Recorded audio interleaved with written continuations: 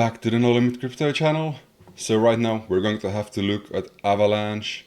Avalanche is going crazy, everything seems to be lining up right now. And if you like these daily Avalanche and other cryptocurrency videos, please consider liking and subscribing, helps me out massively. Let's get right into it. So I have just woken up to Avalanche going absolutely nuts. I haven't even had my morning coffee, but I thought that I have to make this video because this seems like it might go crazy soon. So in the video 2 days ago and in yesterday's video, I talked about things that had to line up for Avalanche to move to the upside. But I absolutely did not expect it to happen this quickly. So the first thing that needed to happen was for us to break this upper resistance line over here. The second thing that needed to happen was us breaking this horizontal resistance line. And after that, I didn't even state that we had to break this last resistance line over here because I didn't think that everything would happen so quickly. I thought we would, if we break into these zones right here, that we would spend some time in there.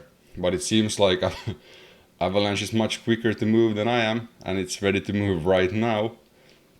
And this is the nice thing in crypto markets, because everything is just so nicely unpredictable that things happen really quickly and you just have to be there. You have to be there and look at the charts all day long, because otherwise you're gonna miss these moments. So the other things that needed to happen, the MACD on the daily chart. MACD had to make a bullish cross, and we can see we have made a bullish cross on the MACD. So yeah, this was one of the things that I knew that needed to happen, because if you guys want a reasoning for it, if you're not familiar with the MACDs have to make a bullish cross, or they don't have to make a bullish cross, but they will make a bullish cross before we start making like big moves. So that's one criteria that I had. Let's take MACD away and go back to the 4-hour chart and look at the RSI. The RSI broke through yesterday and went up with us going to this $52, $53 mark, and then came back down, tested this trend line just as the price tested the trend line before. So all of this is just confirmation that these levels are actually holding, and right now the price is just going nuts. Obviously we have entered the so-called overbought period, but I wouldn't stress about being in the overbought section of the RSI, because once we start making these parabolic moves, the price doesn't really care about being overbought. It will come back down, cool off for a short period of time, but after that it's just going to keep going, and it doesn't even necessarily have to cool off. That's the funny thing. In a uptrend, the RSI being in the overbought is actually not a significant sign, or I've never thought about it as a significant like reversal sign. And we can look at a good example here on the daily chart. Looking at the last move that Avalanche made, we made this crazy move, and we see that we entered already down here at $16. We entered the overbought section or range in the RSI. You can just see it went up. It didn't cool off at all before, obviously now when we started like pulling back a little bit.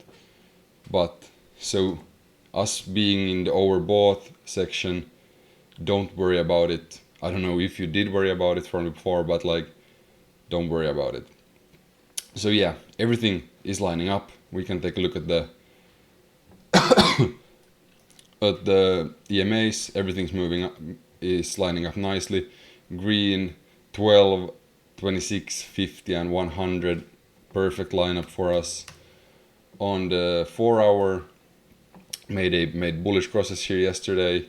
Obviously I talked about it in the yesterday's video. We have here to 12, 26, 50 and 100, and on the hourly right now everything is lining up.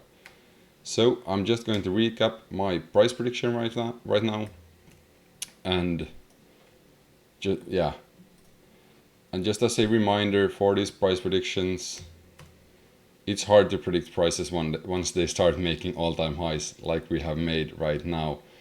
So my price prediction from yesterday, I made a Fibonacci extension from the low to the high to the latest low that we have had, and I laid up that I think we're going to go to this 162% Fibonacci line up here, but I also said that we are not going to do it instantly. The move is not gonna be right here and bam. So don't expect us to be up 80% by tomorrow.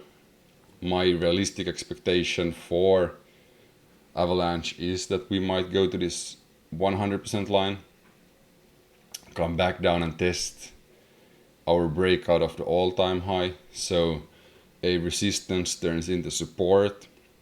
Very significant, very important to test that. And then we might start moving up towards this 162. So we could be looking at a 138 first, come back down and test a little bit. So yeah, something like that. But I think by the end of the year, 162% seems like a fairly realistic goal for us. This was all from me. If you find anything helpful in this video, please consider liking and subscribing. Bye bye.